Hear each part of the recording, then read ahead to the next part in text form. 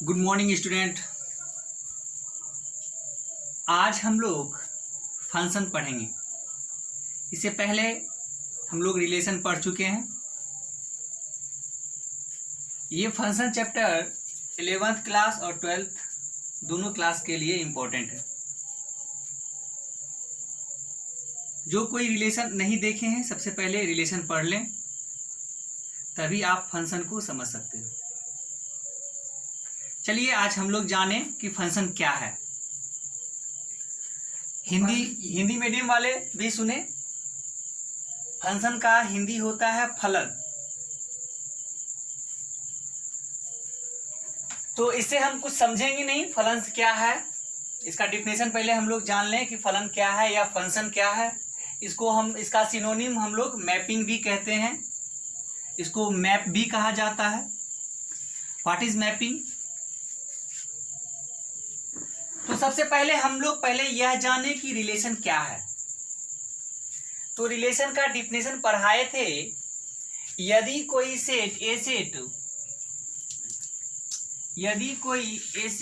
से set B are एक relation है ए सेट से बी सेट पर। यदि हम आर को कहते हैं ए सेट से बी सेट पर रिलेशन है, यह रिलेशन तभी कहलाएगा जब आर सबसेट हो जाए किसका भैया? ए क्रॉस बी का। ए क्रॉस बी मतलब कार्टेशियन प्रोडक्ट। यानी यदि कोई सेट कार्टेशियन प्रोडक्ट का सबसेट अगर होता है तो उसी को हम लोग रिलेशन कहते हैं। यदि कोई सेट कार्टेशियन प्रोडक्ट का सबसेट होता है तो उसी को रिलेशन कहते हैं। और ये जो फंक्शन भी है, यह फंक्शन भी एक रिलेशन ही है। यह एक स्पेशल टाइप ऑफ रिलेशन है। आप इसको कह सकते हैं it is special type of relation.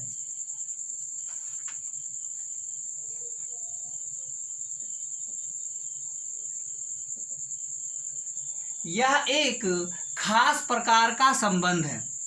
मतलब फंक्शन भी एक संबंध ही है, लेकिन यह क्या है? एक विशेष प्रकार का है। तो कुछ विशेषता होगी। तो क्या विशेषता होगी उसके बारे में जानेंगे। यह दो गुण है, इस दो गुणों को लेकर के उसकी विशेषता है। अब इसके पहले देखें यहाँ पे क्या लिखा हुआ है। सेट ए सेट बी कोई दो नॉन एम्प्टी सेट है। हिंदी मीडियम वाले लिखेंगे सेट ए और सेट बी एक रिक्त समुच्चय नहीं है, यानी खाली समुच्चय नहीं है। तब कहता है एक कोई फंक्शन है एफ, यानी एफ को देखिए रिलेशन कहा गया है। रिलेशन कहें या इसको फंक्शन कहें, लेकिन यह फंक्शन एक स्पेशल टाइप का होता है यह रिलेशन, इसीलिए इसको फंक्शन कहा जाता है। अब यदि कोई रिलेशन एफ जो सेट ए से सेट बी पर हो, that is subset of A cross B. देखिए एफ के बारे में भी कह रहा है, एफ भी आपका सबसेट है किसका भैया? ए क्रॉस बी का। हम अभी जस्ट रिलेशन का डिफिनेशन पढ़ाए थे। यदि आर कोई सबसेट होगा ए क्रॉस बी का तो उसको हम लोग रिलेशन कहेंगे।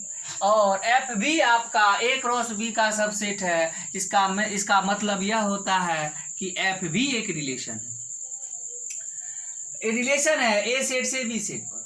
लेकिन ये दो कंडीशन है, इस दो कंडीशन को समझना आप लोगों के लिए बेहद इंपॉर्टेंट है। कहता है for each A belongs to A. इसका मतलब होता है सेट ए का प्रत्येक सदस्य। For each A belongs to A, इसका मतलब यह होता है सेट ए का प्रत्येक सदस्य देयर एग्जिस्ट। सेट ए के प्रत्येक सदस्य के लिए एक सदस्य बी जो बी सेट में होगा और इस प्रकार का होगा कि ए बी मिलकर एफ बन जाएगा।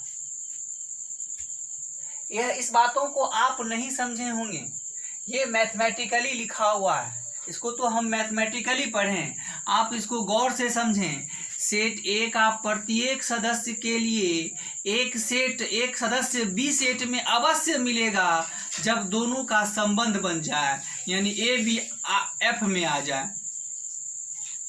तो गौर करें, इसका यह अर्थ होता है कि यदि कोई फंक्शन, यदि कोई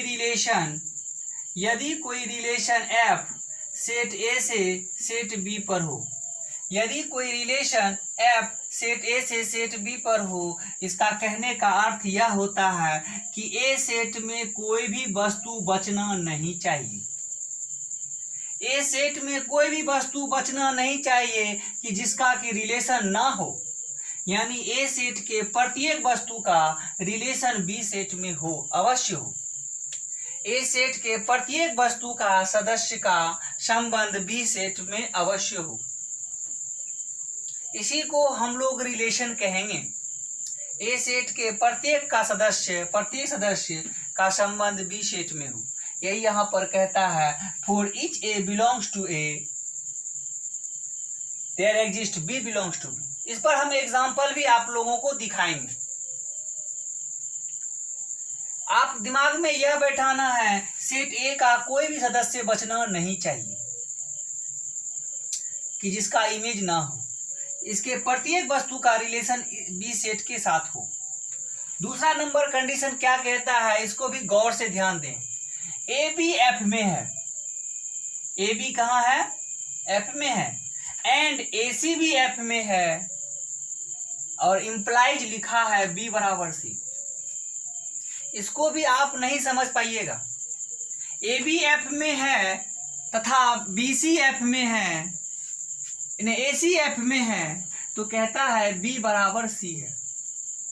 इसका अर्थ यह है कि यानी ए का संबंध अगर बी के साथ है और ए का संबंध अगर सी के साथ है, तो कहता है कि बी और सी आपस में बराबर है। इसका कहने का यह अर्थ होता है कि ए अलग आदमी है, बी भी ये एक ही आदमी है, यहाँ भी, लेकिन इसका संबंध बी के साथ भी कह रहा है और उसी ए का संबंध सी के साथ कह रहा है। तो कहता है यह तभी संभव है जब बी और सी आपस में बराबर हो। यानी कहने का इसका ये अर्थ होता है कि कोई एक वस्तु का दो रिलेशन ना हो, कोई एक वस्तु का दो रिलेशन ना हो। हम इसको एग्जाम्पल से समझेंगे। कहने का यह मतलब है कि ए का रिलेशन बी भी है और इसी ए का रिलेशन सी है, तो यह रिलेशन संभव नहीं है। यह रिलेशन तभी संभव है जब बी और सी एक ही सदस्य है, बी और सी एक ही आदमी है, अलग अलग आदमी नहीं है। इसका कहने का मतलब है कोई एक वस्तु का दो संबंध नहीं होना चाहिए। तो देखिए, इसको गौर से हम फिर अपने मन से हम समझाते हैं। यदि कोई फंक्शन ए सेट से बी सेट पर है, यदि कोई रिलेशन ए सेट से बी सेट पर है और उस रिलेशन को हम फंक्शन कहेंगे यदि ए सेट का प्रत्येक वस्तु का रिलेशन बी सेट में हो, यानी ए सेट में कोई वस्तु बचना नहीं चाहिए।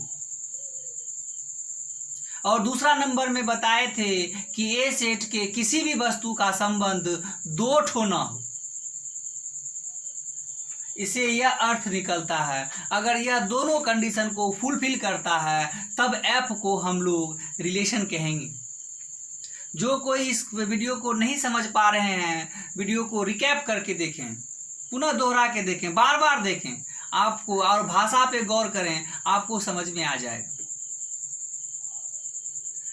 तो चलिए हम लोग देखते हैं इसके विषय में और कुछ बातें, ठीक है। जैसे एग्जाम्पल हम लोग देख लेते हैं।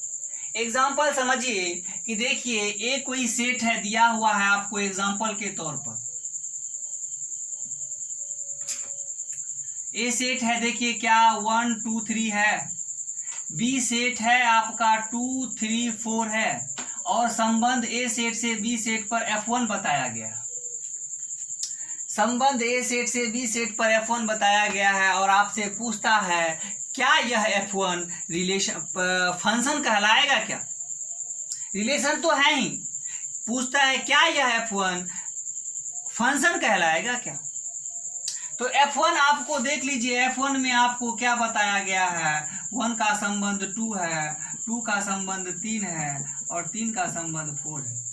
यानी देख लीजिए 1 का संबंध 2 है और 2 का संबंध 3 है, 3 का संबंध 4 है। क्या यह F1 संबंध है? क्या यह F1 संबंध है? यस, F1 संबंध है ए सेट से बी सेट पर। कैसे? देख लीजिएगा, यहाँ पर गौर कीजिएगा, हम बताए थे यदि कोई संबंध ए सेट से बी सेट पर है और इसको हम लोग फंक्शन तभी कहेंगे जब ए सेट में कोई भी वस्तु बचना नहीं चाहिए। बताइए, कोई भी वस्तु बचा? प्रत्येक वस्तु का रिलेशन है कि नहीं? 1 का 2 के साथ, 2 का 3 के साथ, 3 का 4 के साथ। और भी एक बात, एक ही बात, तो पहला कंडीशन। दूसरा कंडीशन क्या कहता है? कोई एक वस्तु का 2 संबंध नहीं होना चाहिए। तो कब क्या है, कोई 1 का 2 संबंध दिख रहा है, चाहे 2 का 2 संबंध दिख रहा है, नहीं, 3 का 2 संबंध दिख रहा है, नहीं दिख रहा है। यानी F1 आपका फंक्शन है, F1 इज ए फंक्शन।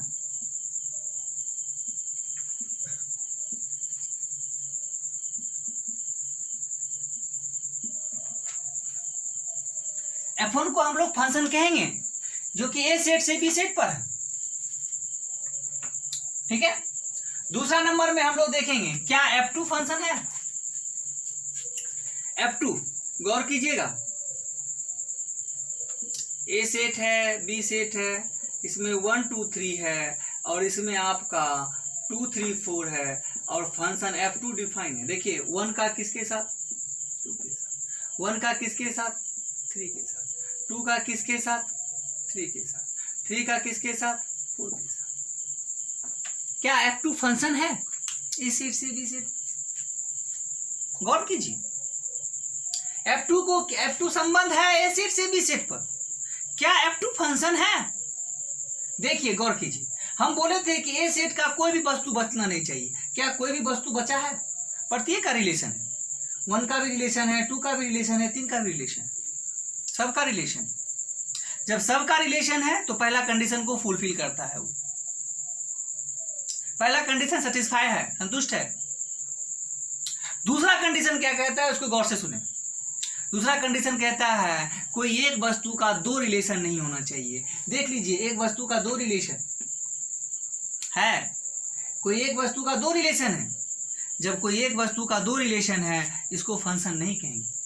इसका मतलब यहां पर हम लोग कहेंगे F2 is not a function.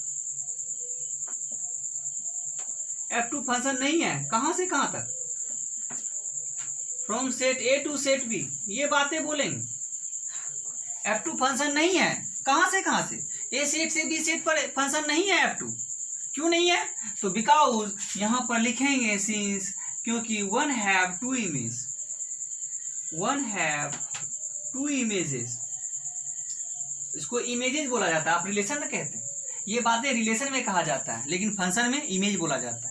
1 have 2 images, कौन? 2 एंड 3। 1 को 2 इमेज है, 2 एंड 3। 1 को 2 इमेज है, 2 भी और 3 भी।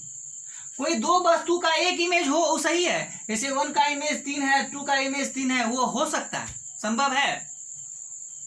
लेकिन कोई एक वस्तु का 2 इमेज संभव नहीं है। कोई एक वस्तु का 2 रिलेशन संभव नहीं है। इसीलिए F2 को फंक्शन हम लोग नहीं कहेंगे। चलिए तीसरा नंबर हम चेक करते हैं, क्या F3 फंक्शन है। F3 में देख लीजिए 1 2 3 है और ये यहाँ पर 2 3 4 है। F3 ए सेट से बी से। गौर कीजिए, क्या इसको हम फंक्शन कहेंगे? देखिए 1 का इमेज क्या बना हुआ है? 1 का इमेज 3 है। 2 का इमेज क्या बना हुआ है? 4 है। क्या यह फंक्शन है? रिलेशन है F3 ए सेट से बी सेट, रिलेशन हो सकता है, लेकिन क्या यह फंक्शन है? तो फंक्शन के कंडीशन को देखेंगे। अगर यह 2 कंडीशन फुलफिल कर लेता है तो फंक्शन है। अगर ये 2 कंडीशन फुलफिल नहीं करता है तो वह फंक्शन नहीं है। तो पहला कंडीशन हम लोग देखते हैं। पहला कंडीशन क्या कहता है, याद कीजिए, सेट ए का कोई भी वस्तु बचना नहीं चाहिए। सेट ए का कोई भी वस्तु बचना, आपका देख लीजिए, सेट ए का जो वस्तु है एक का संबंध है, 2 का संबंध है, लेकिन 3 का संबंध नहीं है, यानी 3 बच गया। एक का संबंध है, 2 का संबंध है, लेकिन 3 का संबंध नहीं है, इसका मतलब 3 बच गया। हम बोले थे ए सेट में कोई वस्तु बचना नहीं चाहिए, इसका मतलब F3 जो नोट ए फंक्शन लिखेंगे यहां पर, F3 is note a function.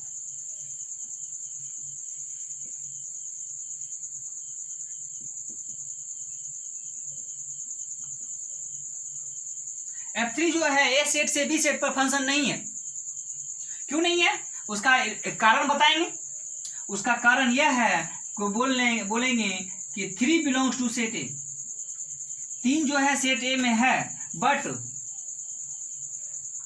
3 has no image.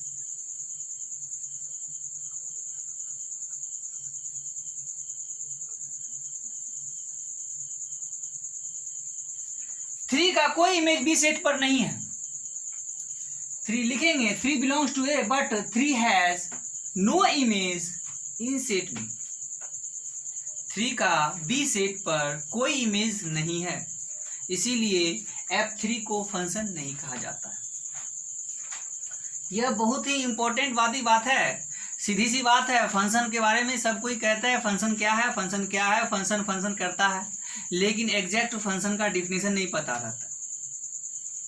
और जिसको फंक्शन का डिफिनेशन पता रहेगा उसको किसी भी चीज़ में दिक्कत नहीं होगा, ना ही लिमिट में, ना ही कंटिन्यूटी में, ना ही डिफरेंशियबिलिटी में। यानी कैलकुलस के हर एक बातों को वो समझेगा।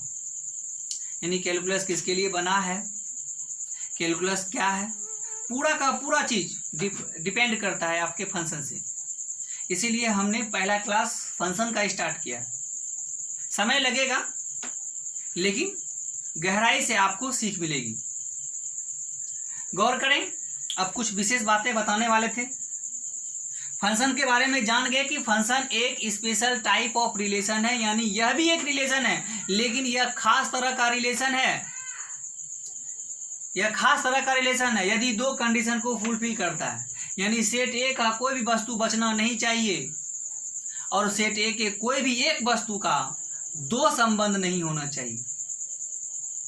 दूसरा कंडीशन क्या है, हमने यह मैथमेटिकली लिखा है, यानी आप लिख सकते हैं, इंग्लिश में कह सकते हैं every element of set A, English में कह सकते हैं every element of set A have unique image in set B. एक लाइन में इस चीजों को आप डिफाइन कर सकते हैं। फंक्शन को एक लाइन में भी आप लिख सकते हैं every element of set A have unique image in set B, यानी ए सेट के प्रत्येक वस्तु का संबंध बी सेट में यूनिक होना चाहिए, यानी कोई 2 नहीं होना चाहिए, एक ही होना चाहिए। हिंदी मीडियम वाले लिख सकते हैं मतलब समुच्चय ए का प्रत्येक सदस्य का एक अद्वितीय संबंध होना चाहिए बी सेट में। कोई अलग सेट नहीं, अलग इमेज नहीं होना चाहिए, मतलब एक वस्तु का 2 इमेज नहीं होना चाहिए, यूनिक होना चाहिए। और भी बातें हम बताने वाले थे और गौर कीजिए बातों को। हम बताने वाले थे यदि सेट ए में कोई वस्तु x है, यदि सेट ए में कोई वस्तु x है, उसका इमेज y को कहा जाता है, y जो है x का इमेज है, यानी x का संबंध जैसे ही y से बनता है। अगर इसको हमने फंक्शन कहा तो हम लोग कहेंगे कि y इज कॉल्ड